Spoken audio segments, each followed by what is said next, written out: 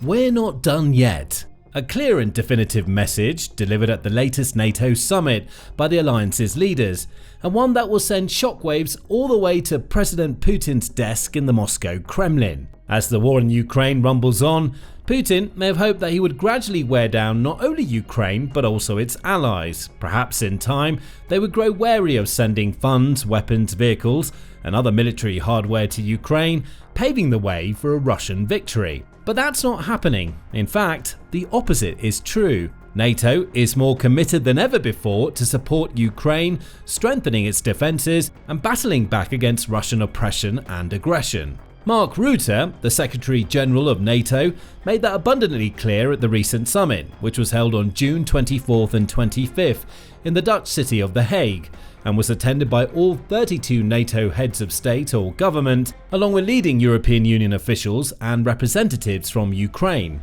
During the summit, Rutte took to the stage alongside European Commission President Ursula von der Leyen, European Council President Antonio Costa, and Ukrainian President Volodymyr Zelensky to discuss renewed unity and ongoing support for Ukraine. Rutte began by revealing that NATO allies across Europe, and including Canada, are set to send even more support to Ukraine over the course of 2025 than they did last year. What we are seeing at this moment is that European and Canadian partners, they are now basically ramping up the support for Ukraine. Already over 35 billion euros pledged this year. That's even before we reach half year on the 1st of July, and last year it was for the full year a little bit over 50 billion. So we can safely assume that the total amount for 2025 will be higher than in 2024. And this shows you that the support for Ukraine is ongoing. Indeed, should spending continue at its current rate, Europe and Canada could send in excess of 60 billion euros, or perhaps even closer to 70 billion euros by the year's end. That, added to the sizable amount of support from the US and other nations, will continue to have an enormous game-changing impact on the ground in Ukraine, helping the country's armed forces fend off the near-constant waves of Russian attacks and bombardment. But Rutte didn't stop there. He went on to express his confidence that all of NATO would remain steadfast in its support of Ukraine. Tomorrow we will have a summit with NATO leaders, and I can also safely predict that the support for Ukraine going forward, closely linked to the defense spending of NATO countries, will be there. His next words were arguably even more compelling, containing a clear and direct message to Putin himself. Of course, we hope the war will end soon, but if it takes more time, that you have to support in terms of military capabilities, but also when the peace comes or a long-term ceasefire, that you are so strong that Vladimir Vladimirovich Putin will never ever again try to capture 1 square mile/kilometer of Ukraine. Putin may not have been in attendance at the NATO summit, but he'll certainly have been listening to those words very closely, most likely with a rising sense of anger and frustration. The Russian president is so far gone at this stage, so deeply committed to the war, so desperate to win and take over as much of Ukraine as humanly possible in order to preserve and cement his legacy as the great and powerful leader he sees himself as. For Putin, it's either victory or bust. He can't afford to lose, the stakes are too high, and his entire reputation and future position as president is on the line. Indeed, many reports and rumours suggest that the oligarchs who have long supported him are beginning to lose patience as the war persists and Russia's economy crumbles. This might partly explain why Russian attacks have become increasingly aggressive in recent days and weeks, as the country's army seeks to speed up its offensive and expand its territorial gains, piling pressure on the Ukrainian defenders. But NATO continues to push Putin's dream of victory further and further away, and this renewed commitment to fund and support Ukraine simply makes it more likely that the war will drag on further and further, that more Russian soldiers will be killed or injured, adding to the more than 1 million casualties the country has already suffered, and that Putin will, eventually, be forced back to the negotiating table to agree the terms of a ceasefire. After Rutte had made NATO's commitments clear, President Zelensky thanked the alliance for its continued support. He spoke about the importance of unity, noting that it could be seen and felt not just among NATO allies, but also on the ground in Ukraine, noting that such unity opens the way to strengthen Ukraine, to give us strong support, to help our people and families who are abroad to live, and to help our Ukrainians who are in Ukraine to survive. Zelensky added, And I'm thankful for your big union and big unity. Thanks for air defense, additional military packages, and thank you that you stay with us. Not just stay strong. And if President Putin had any doubt about how NATO sees his actions in Ukraine and the threat of Russia on the whole, European Council President Antonio Costa had yet another strong message to deliver. Russia's invasion of Ukraine remains a major threat for global peace in the world, because this invasion is undermining the international rules-based order, because Russia is an intercontinental country threatening Europe, but also the Pacific region, and because Russia is acting in alliance with countries like North Korea or Iran. Costa makes it clear Russia is public enemy number one, not only because of its illegal actions in Ukraine, but also the worrying bonds it's building with certain other countries around the world. With North Korea, for example, there's been plenty of evidence of burgeoning ties between Putin and the North Korean Supreme Leader Kim Jong-un. Not only has North Korea been one of the few countries to side with Russia since the war started, it even began sending troops to fight on the front lines alongside Russians in late 2024. Recent estimates suggest that thousands of those North Korean soldiers have either been killed or wounded, yet Kim is set to send around 6,000 additional personnel into Russia to assist with demining and reconstructing the Kursk region. Russia has also relied heavily on Iran since the early stages of the war, buying large numbers of Iranian Shahed drones. Intelligence reports also suggest that Iran has been aiding Russia in other ways, such as helping Moscow construct a large drone factory in order to continuously produce large numbers of drones to support its war effort. Indeed, during his time in The Hague over the last few days, President Zelensky revealed the shocking statistic that Russia has launched more than 28,000 Shahed-style drones at Ukraine since 2022. He estimated that around 2,700 of those drones, or close to 10% of the total amount, were fired this very month, noting that none of this would be possible without Iranian support, while also highlighting the incredible rise in Russian drone attacks that Ukraine is having to deal with at the moment. Costa continued, calling out Putin for failing to agree to a ceasefire and lambasting Russia's persistent and intensifying aggression. Just and lasting peace in Ukraine is urgent. And I'm deeply disappointed that Russia is not engaging with the efforts for President Trump to achieve a just and lasting peace. While President Zelensky have already agreed on unconditional ceasefire, Russia not only doesn't agree, but even are increasing the intensity of their aggression to Ukraine.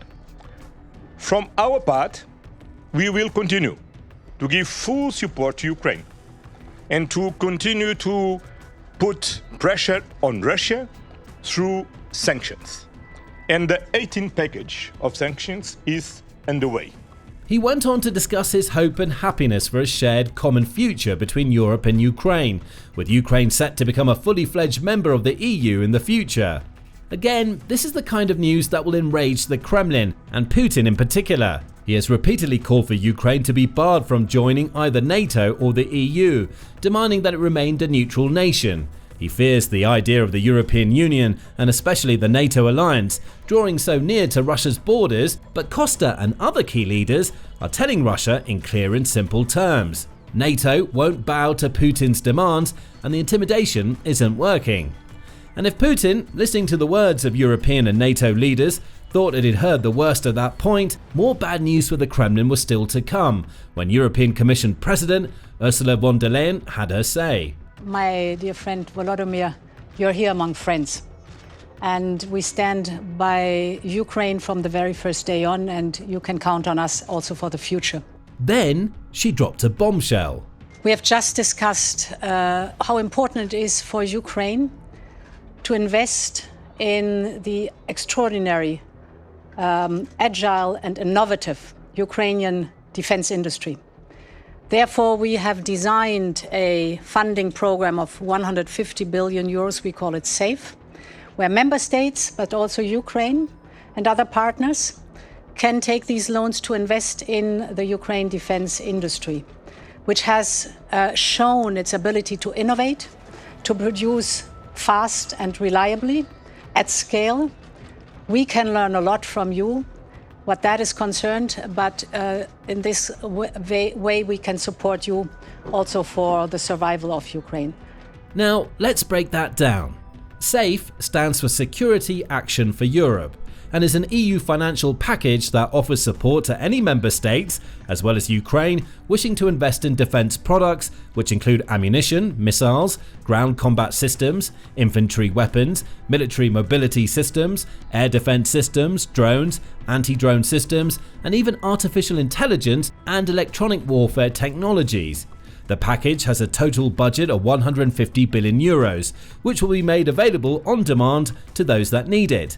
That means, on top of all the funding that the EU and NATO are already sending to Ukraine, it can also draw from this large fund to invest in its own defense projects and innovations. And, as von der Leyen herself says, recent months have shown many examples of how innovative and resourceful the Ukrainian defense industry has become. The country has developed some of the most powerful missiles in the world, for example, like its SAP-SAN ballistic missiles, which are capable of striking targets of up to 186 miles away, while also carrying huge payloads in excess of 1,000 pounds. In many ways, these missiles are even more powerful, faster and deadlier than those provided by allies like the US, UK and France, helping Ukraine emerge as a bona fide global leader in the arms industry. The country is a pioneer in the field of underwater drone development, with models like the Marichka and TLK-1000 raising the bar of this new and potentially game-changing technology. The TLK-1000, for example, measures up at nearly 40 feet in length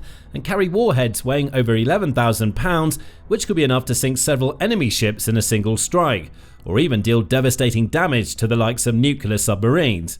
With more money to invest in its defense programs and innovative initiatives, there's no telling how powerful Ukraine could become or what exciting creations it might come up with next. And von der Leyen wasn't finished. She continued, affirming the continuation of financial support to the Ukrainian defense effort. Of course, there's constant financial support to Ukraine because we know you're fighting a war that is also protecting our values and our principles. Finally, von der Leyen addressed the need to pile pressure on Putin and force him to negotiate. We have to put pressure on President Putin that he comes to the negotiation table and that he's engaging seriously in negotiations for a just and lasting peace. Therefore, the 18th sanctions package is a biting one, is a hard one. I know that our G7 friends will follow suit with their sanctions. So all this shows you are among friends, you can count on us, we stand by your side. As far as the 18th sanctions package goes, specific details have not yet been revealed, and there were fears that Putin's small number of European allies, like Viktor Orban of Hungary and Robert Fico of Slovakia, might try to have the package blocked or delayed. However, following the NATO summit in The Hague, German Chancellor Friedrich Merz confirmed that the package would be moving ahead and called on the US to also commit to further sanctions against Russia, in the hope that this might suffice to bring Putin to the table and trigger real talks of a ceasefire. As Merz puts it, there will be no military solution to this conflict. In his view, and many other leaders, sanctions are the best and perhaps only way to end the fighting. Otherwise, it could continue for years longer, with Russia repeatedly grinding away at Ukraine, and Ukraine, with the support of its numerous allies, digging in and chipping back at Russia's slow, marginal gains time after time. Still, for as long as the war does continue, it's vital that Ukraine's allies carry on providing the necessary financial and military support. This is more important than ever, as Russia is not only ramping up the aggression of its attacks, but is also intensifying both its recruitment efforts and defense spending. Late last year, Putin set a target of building his army to be the second largest in the world, with 1.5 million active duty personnel. Since then, Russia has enacted various new recruitment measures, like offering large cash payouts for able-bodied men who sign up to fight, forcing migrants from Central Asian nations like Uzbekistan and Kazakhstan to enlist under threat of imprisonment, deportation, or other punishments, and in April of this year, initiating the biggest military call-up in years, with 160,000 men aged between 18 and 30 urged to join the Russian ranks. Russia's defense budget has also risen astronomically since the war began, surpassing the $100 billion mark for 2024, with 2025 set to see an estimated $197 billion spent on defense, which is over 7% of Russia's gross domestic product. Those are scary numbers, but they're also a sign of Putin's increasing desperation. There was once a time when he and many other Russians thought the war would be over in a matter of days, if not weeks. Putin expected his troops to march over the border all the way to Kyiv and host a victory parade soon after.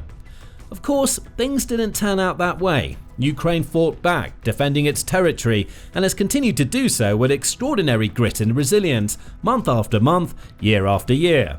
Ukraine has even had success in its attacks on Russian soil, like Operation Spiderweb and its Kursk offensive. The war rages on, and Putin is no closer to victory today than he was this time last year or the year before. In fact, a Russian win seems more distant and unlikely than ever. And so Putin has thrown more money at the problem, hoping that record levels of military spending would be enough to brute force his way to a win. But the EU and NATO have responded loud and clear. More spending will be met with more spending. Clearly, NATO's support for Ukraine is not fading.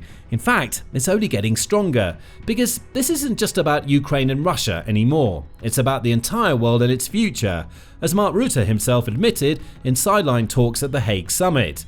There, he urged alliance members to acknowledge and understand the real and worrying threat posed not just by Russia, but also China, North Korea, and more. Let's not be naive. If we see what China, North Korea and Iran are doing in supporting the war effort of Russia, this is all interconnected. Rutte went on to say that NATO faces numerous crises at the moment, including the war in Ukraine, but also rising tensions and military conflict in the Middle East, expanding Russian influence across the African continent, and the growing ever-present threat of North Korea, adding that NATO needs to be able to address and manage those various threats at the same time, rather than being blinkered or focused solely on just one problem. If we would not be able to deal with, yes, the Middle East, which is very big and commanding all the headlines, and Ukraine at the same time, we should not in the business of politics and military at all.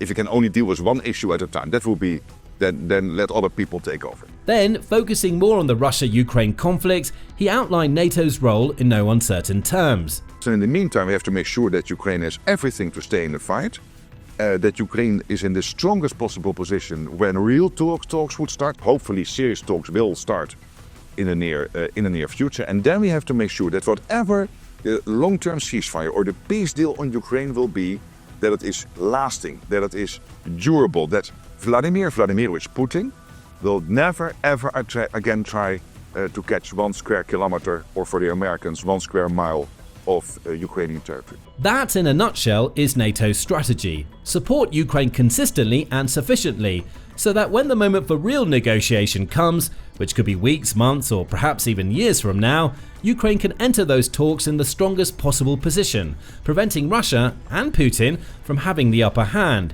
If NATO can do that, then Ukraine will have a much stronger chance of negotiating a fair, lasting, and logical ceasefire deal, rather than being forced to bend the knee and acquiesce to whatever wild demands Putin might put on the table. So, while Russia may be strengthening its forces, expanding its army, and boosting its spending, NATO is responding in kind, building up Ukraine's defenses even stronger than before, and continuing to make it as difficult and costly as possible for Russia to see any sorts of gains or successes. The only question now is, when will Putin finally see sense, accept that the war has reached a stalemate stage, and agree to open talks once more? Now, to learn more, check out our recent video about Ukraine's incredible recent innovations and advancements in military hardware and strategy, or our in-depth breakdown of a successful Ukrainian strike on a key Russian lifeline. And make sure to subscribe to our channel too for more reliable, informative, and up-to-date reports on the war and other important events across the world.